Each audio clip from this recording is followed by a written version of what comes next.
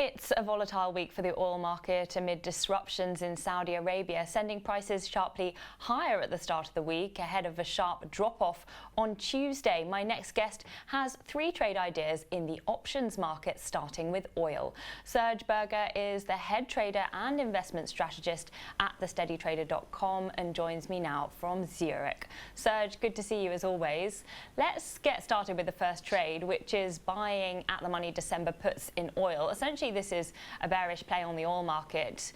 So tell us a bit more about this trade. Sure. Hey, Victoria. So just before we look at these trades, just a quick disclaimer. We do have the Fed coming out today on September 18th, and so that certainly could change the dynamic to these things. But I think these trades should be okay, all else being equal. Either way. So if you look at the oil market, what's really interesting is, for one, this is just a very simple chart of an ETF that tracks the price of oil. It's USO is the ticker symbol. It's very, very, very liquid, and so you can see the trajectory here over time obviously still points to the downside. Now, what's really interesting, if you zoom in a bit closer into all of this, you might note that we had that initial spike after those attacks on the weekends on those oil fields, and of course then a reversal yesterday after news came out that they would come back online with the full supply. Very good news. What's interesting, though, as well, is that a lot of the oil-related stocks didn't actually act as well on the upside on that initial news on Monday or over the weekend into Monday, and also things like airline stocks, which usually would not do so well on the back of an oil spike, they actually held up fairly well. So I actually think this is worth playing oil for a further mean reversion lower. Oil has, for the most part, traded in a range. So looking at the USO, I think keeping it very simple, one could get some time here and buy December at the money puts, like a $12 strike put. Or if you wanted to make this a little bit cheaper, you could also, against that, sell a $10 strike put to make that spread a bit cheaper. But either way works just fine. Basically betting that the oil price will continue to trade in this range that it has been in. So how far down does the price have to go before this trade starts to pay off, and what's the risk reward like?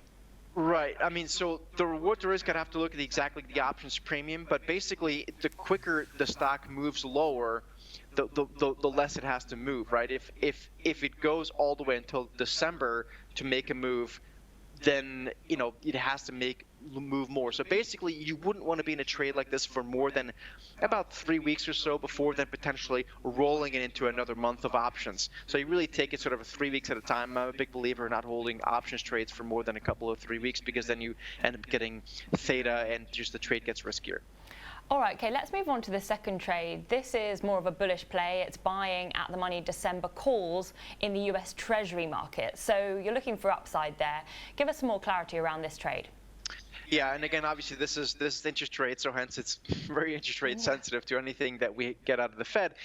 Important though, if you look at the interest rate differential between the United States and say Europe, it's roughly, depending on where you look at the curve, as much as 250 basis points, which is a lot. Now, I'm of the opinion that over time, bond yields in the United States are going to go towards zero, which right now it seems to be far-fetched, but that is kind of what I'm seeing. So if you look at this chart, this is the longer-term chart of an ETF that tracks the long end of the yield curve. So you have 20-plus years of U.S. Treasury bonds and notes. And you can see this is price, and you can see each time we got very overbought from a price perspective, and this also coincided with momentum, we mean reverted lower. We've done just that over the past few weeks. We still remain rather overbought, but I think heading into the Fed here, where I think the Fed is behind the curve and it has to cut rates sooner and quicker than people anticipate, I think we're getting an opportunity again to buy bonds here at a better price than we had just a few weeks ago. So very simply here, I'm looking to buy December 140 strike calls. Or just like before, you could make a spread out of this and make it a little cheaper, where you'd buy the December 140 strike call and sell against that the 150 strike call. Again, same thing as the trade before. I probably wouldn't be in a trade like this for more than 2 or 3 weeks before rolling it into a month out to kind of make sure you don't get too sensitive in terms of the price movement as it relates to the underlying. So essentially, this is a trade that's likely to benefit from more aggressive dovish action from the Fed. Tell us then, what are you expecting in terms of rate cuts between now and December? I would expect, I mean, and of course you have to take this, one meeting at a time, but I would expect the Fed to cut about 2 more times, actually specifically 2 more times this year. After today or including today? Including today. Okay. So I would expect that to be 25 basis points, but I think the communication here is probably more important than anything. Either way, we're getting a much better deal on Treasury bonds now than we did just 2 weeks ago when we were dramatically overbought, and like I showed you in the chart, that hasn't been reverted now to a pretty decent extent. So I think it's a better deal here than it was a couple of weeks ago.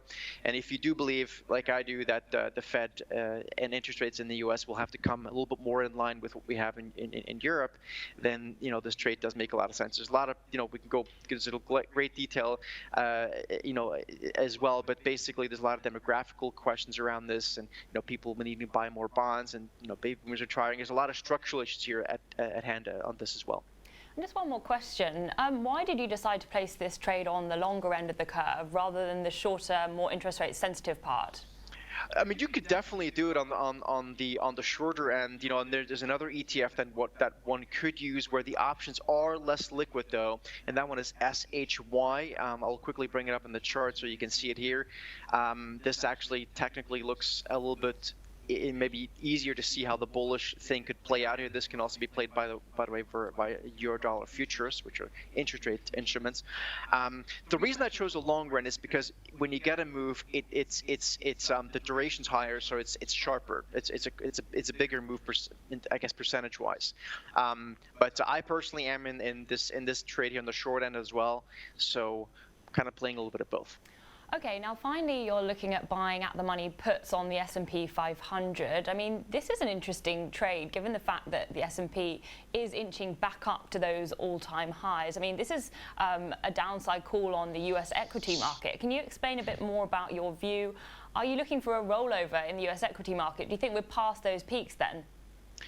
I think the U.S. equity market is probably the trickiest market, particularly if you're glancing and kind of navel-gazing just at the S&P 500, which is distorted to some extent, not in a bad way, but to the extent of that it's very largely weighted some massively capitalized stocks. So the S&P probably looks better than a lot of other things out there. If you look at, for example, something like the New York Stock Exchange Composite, which looks a lot more reasonable to where we're in the economy. But the S&P, I mean, the very simple visual aspect of it all here is basically we're once again very near the upper end of our decade-long trading range. That's the upper resistance line here.